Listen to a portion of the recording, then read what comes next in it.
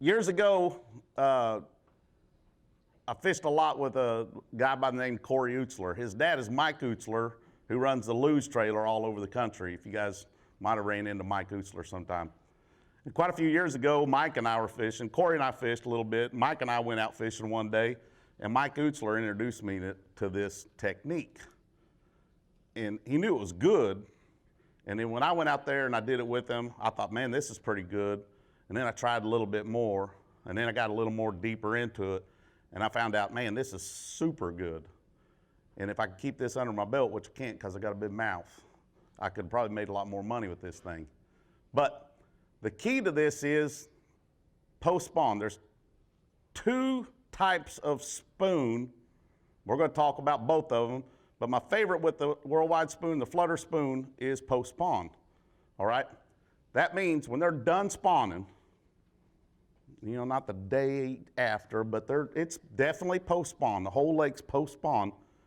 Some of the first locations that bass will go is into those big treetops, out off banks, or like on 10 Killer, under them big, deep boat docks, or under Table Rock, under the big, deep boat docks, all right? And they'll sit up there, and they'll feed up a little bit and get strong again. That is, you know what, in the Army, we call that overhead cover. You know, the shade, that boat dock's overhead cover for bass.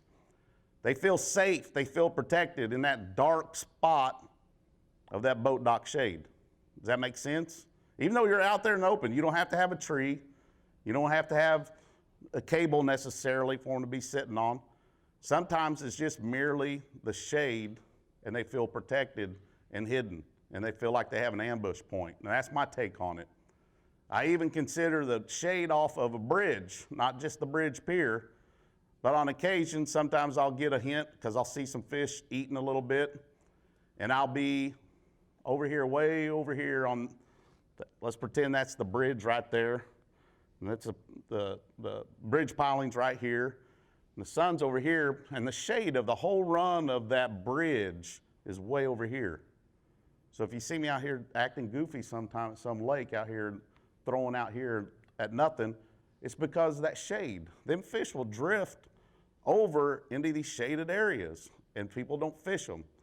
Same way at the boat dock. Sometimes your shade's very noticeable on this boat dock, but what makes my spoon so special is you don't have to be an expert flipper or pitcher to get that spoon into them gnarly places, because this actually, unless they're just suspended right underneath the float, this actually will shoot back to that shaded area instead of you pitching up and over the rail and through the woods and getting hung up on the guy's boat cover and the lady coming down chewing you out for hooking her minnow bucket and all sorts of disasters, you know, hitting the side of their pontoon.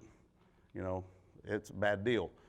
But you can avoid all that hassle by having this spoon because of the rear trajectory on it. So you got to take good mental notes about this technique, not just to where you caught that fish on that particular, it's the time of day. And what I mean by that is, let's go at 9 o'clock in the morning and we're fishing along and you're really kind of clued in. They're on this boat dock, they're on this side at 9 o'clock in the morning, and I'm catching the crap out of them. 3 or 4 of these stalls, they just seem to be hanging out in this zone. I'm gonna make a mental note. I was here in the morning. I got trail, which day I was on my Lowrance unit. Black is my first day, blue is my second day. So I got this trail made, got a waypoint made.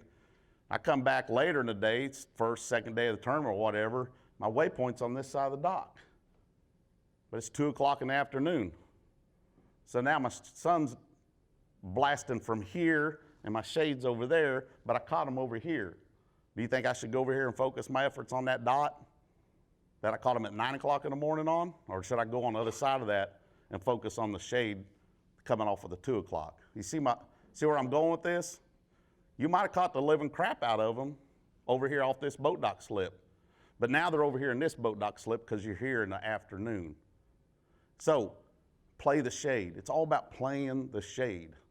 You can catch a lot of fish early in the morning when that first light comes up. Welcome to Bass University TV, an online video training course where you'll learn champion bass fishing techniques from pro anglers Pete Glusek, Mike Iaconelli, and their talented special guests. From on the water to in the classroom, you'll learn sound techniques and strong fundamental bass fishing skills. Watch hours of video content on multiple topics at your own pace for a low monthly fee. Cancel at any time. Information is power in the sport of fishing, so learn from the very best. Subscribe to Bass University TV today.